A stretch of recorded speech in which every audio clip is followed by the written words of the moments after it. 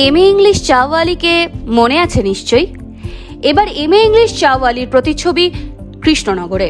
কৃষ্ণনগর শক্তিনগর এলাকার বাসিন্দা শিম্পি সাহা। ইতিমধ্যেই তিনি এম এ পাশ করেছেন, দিচ্ছেন বহু সরকারি চাকরির পরীক্ষা। তারপর নিজের সংসারে হাল ফেরাতে কিছু অর্থ দিয়ে সাহায্য করার জন্য বাড়ির সামনেই ফুচকার দোকান করে ফুচকা বিক্রি করে চলেছেন। একই করোনা পরিস্থিতি, তার উপর সংসারের হাল বেহাল। তাই বাবাকে সাহায্য করতেই শিম্পির এই উদ্যোগ বলে জানান তিনি। শিম্পি গান করতে ভালোবাসেন। সেকেন্ড হ্যান্ড হারমোনিয়াম কিনে কয়েকদিন রেওয়াজ করে তাও তুলে রাখতে হয়েছে অর্থ কষ্টের জন্য। তাই নিজের উদ্যমে সংসারে হাল ফেরাতে এই ফুচকার দোকান করে সংসারের অভাব মেটাতে চেষ্টা করছে সে। রবীন্দ্রসঙ্গীত, আধুনিক গান শেখার প্রতি দুর্বলতা রয়েছে তার এখনো, তবে অর্থাভাবে তা বিলীন হতে চলেছে। অপরদিকে মা নার্ভের রোগী, চিকিৎসার খরচ কিংবা অন্যান্য খরচের জন্য হাতে পয়সা নেই একদমই। কোনো রকমে চলছে চিকিৎসা। তাই এই ফুচকা ব্যবসাটা অনেকটাই নির্ভরতা দিচ্ছে শিম্পিকে। ফুচকা আমরা সবাই খেতে ভালোবাসি এবং ছোট থেকে বড়, মেয়ে থেকে ছেলে নির্বিশেষে আমরা ফুচকা একটা খেতে ভালোবাসি।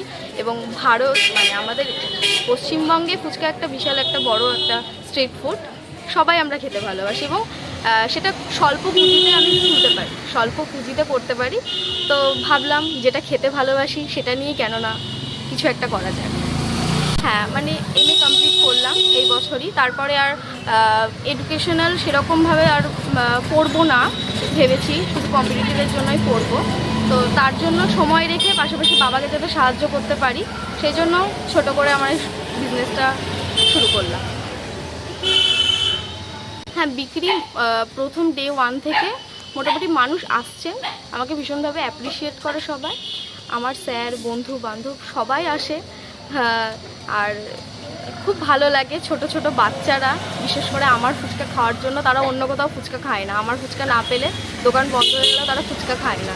এই কমপ্লিমেন্টগুলো পাওয়ার পরে আমার মনে হয় কাজের প্রতি নেশাটা আমার আরও বেড়ে যাচ্ছে এবং আমার খুব ভালো লাগছে। এই 2 মাসে আমি অনেক ভালো মানুষের সঙ্গে আমার পরিচয় হয়েছে, যারা আমাকে সাপোর্ট করছে এবং অনেক নেগেটিভিটিও পেয়েছি এবং সেগুলোকে আমি একেবারেই গ্রাহ্য করি না, কিন্তু অনেক ভালো মানুষের সঙ্গে আমার পরিচয় হয়েছে।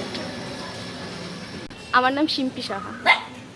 Bureau report, NBTV।